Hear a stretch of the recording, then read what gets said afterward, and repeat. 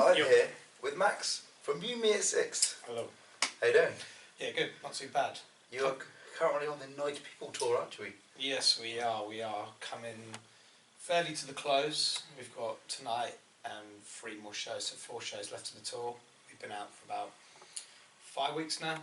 We've gone all through Europe, which was amazing, and obviously back to the motherland, the United Kingdom. So it's been a really good run, lots of fun. It's just been nice to showcase a lot of the new material that we've been working on over the last couple of years.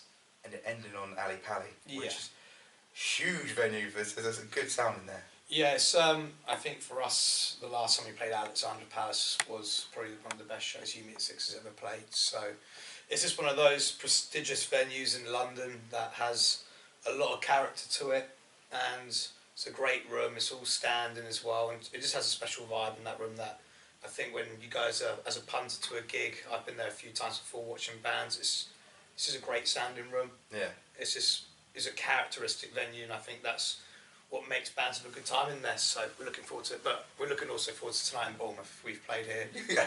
Yeah, We are. We are. We're by the coast, you see, so we're going to have a bit of time down by the beach, have a good time, maybe crack open a tinny, see how it goes. So with the new material, how well has it been going down live? Do you find there's always a bit of a different reaction to some of the new songs compared to the older songs when played live? Yeah, especially when Night People's been out since January, so it's only had a few months to really sit with people, where you can tell with some of the old material, it's definitely had a lot more time to resonate and sit down with people.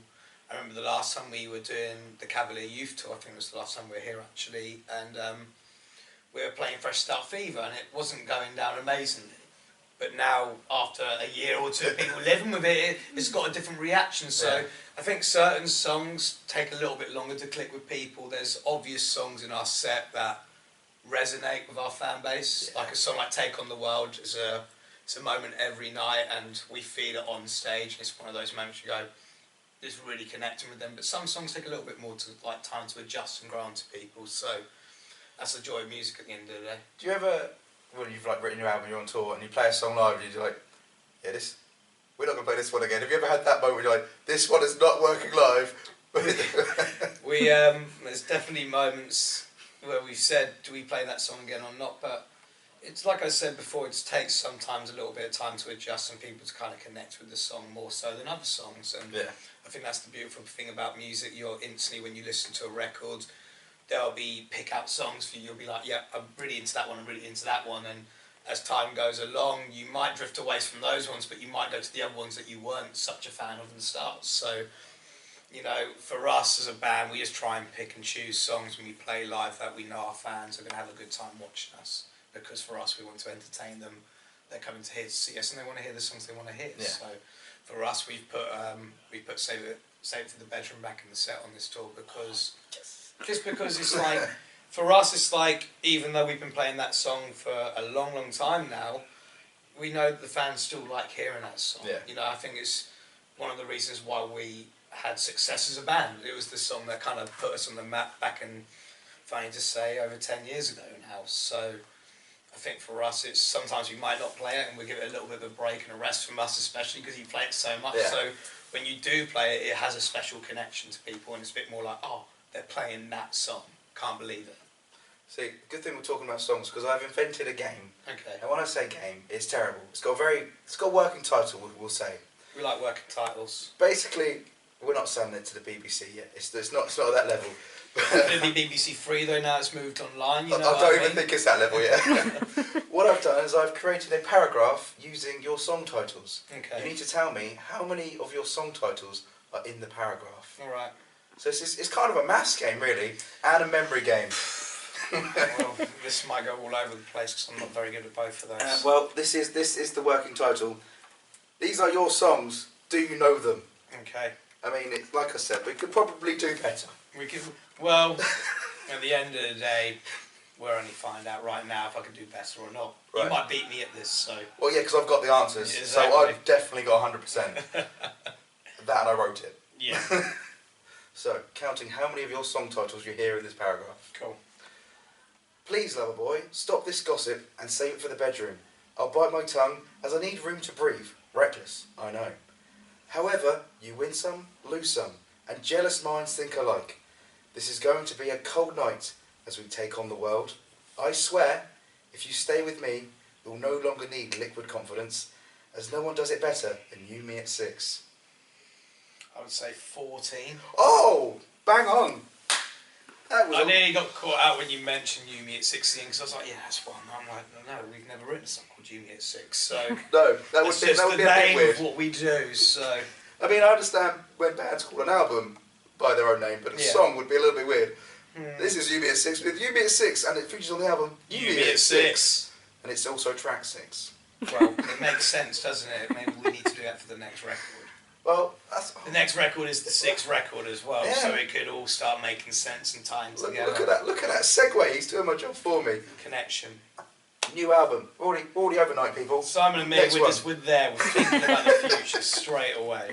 Well, because it's always weird, because I always find with bands, like, you spend years making an album, by the time we've heard it, you've already spent at least a year or so on it. Yeah. And a lot of bands are already thinking about the next record, whereas the punters, the listeners are like, what? We've only just got this one. So, but, you know, people are greedy and, you know, get bored quickly nowadays. So next album, when's it happening? At the moment, you've done my job there.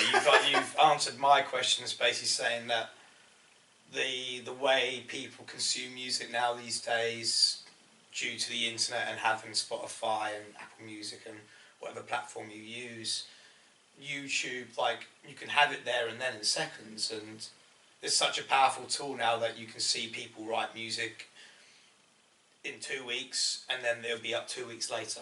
And that's, I think, really for what people want right now, is just giving them more. And there's a moment where, for me, I think it deteriorates how long an artist does spend on the project, because for us, we spent a lot of time on Night People. It was the most time we ever had just to kind of write a record and not have a time frame on it, and I think we really benefited from it.